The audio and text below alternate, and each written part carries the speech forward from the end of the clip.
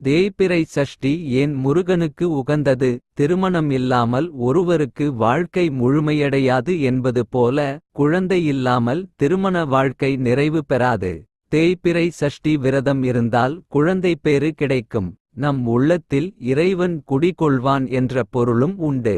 இந்த தேய்பிறை சஷ்டியில் முருகன் கோவிலுக்கு சென்று அபிஷேகத்திற்கு தேவையான பொருட்களில் உங்களால் முடிந்த பொருட்களை வாங்கிக் கொடுக்கலாம். குறிப்பாக இளநீர் மற்றும் தேன் போன்றவற்றை வாங்கி கொடுப்பதன் மூலம் சுபிட்சம் பெருகும். முருகா என்றாலே அனைத்து நோயும் பறந்து போகும்.